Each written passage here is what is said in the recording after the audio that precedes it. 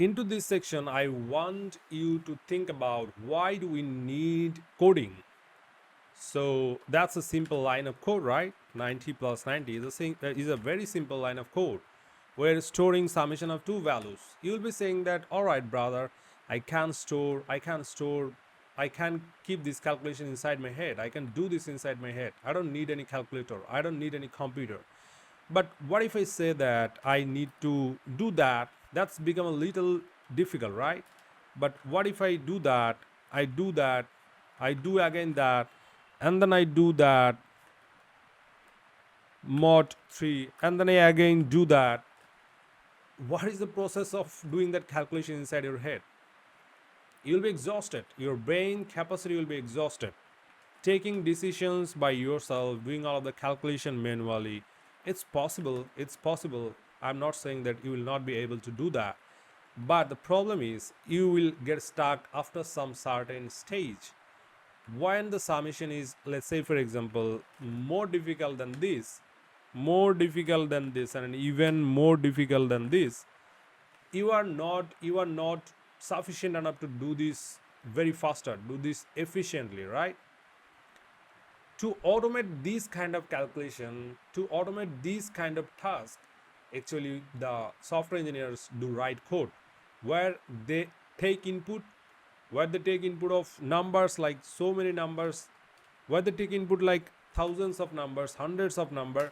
They uses computers CPU, they uses computers memory, they uses computers network device and computers input output device, and they just process the input.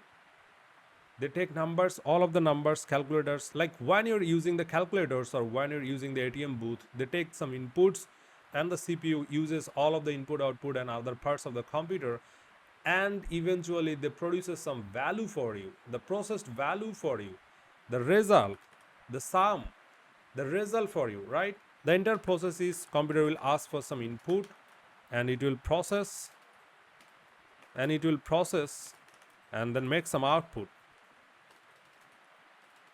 Even if we are writing the hard-coded value here, so what is the hard-coded value? This 90, this 909, this 324, 32, all of the hard-coded values here, those are also input. So how those are input? When you give the command node app.js, these values are being used as an input to the processing unit, into the Node.js server, into the Node.js system. The Node.js runtime environment will take this as an input, and it will use the computer's CPU, computer's ALU, computer's RAM to process all of the data, to calculate the final calculation, to do the final calculation and give you some value. Now when you write console.log.sum, it will be giving you some values, right? So personally, if I want to do it manually, I'll be spending more than a day to calculate this, or even more, right? So it will be quite exhausting. But when you do this kind of calculation repeatedly, let's say for example repeatedly, it becomes very difficult for the human being to do this kind of calculation, right? So computer is quite good, computer is very very very efficient to do this kind of calculation.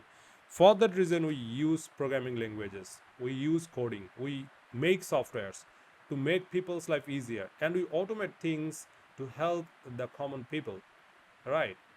So that was a very brief introduction about why do we need coding and how coders can help to automate things better, faster, and efficiently. That was one example, but I'm sure that there are several other examples you can see into the day-to-day life. That's it, everyone. I don't want to make this video longer. We're actually having 100 days of coding series. So let's jump into the next video to learn more about data types. So let's go into the next video and learn more about data types.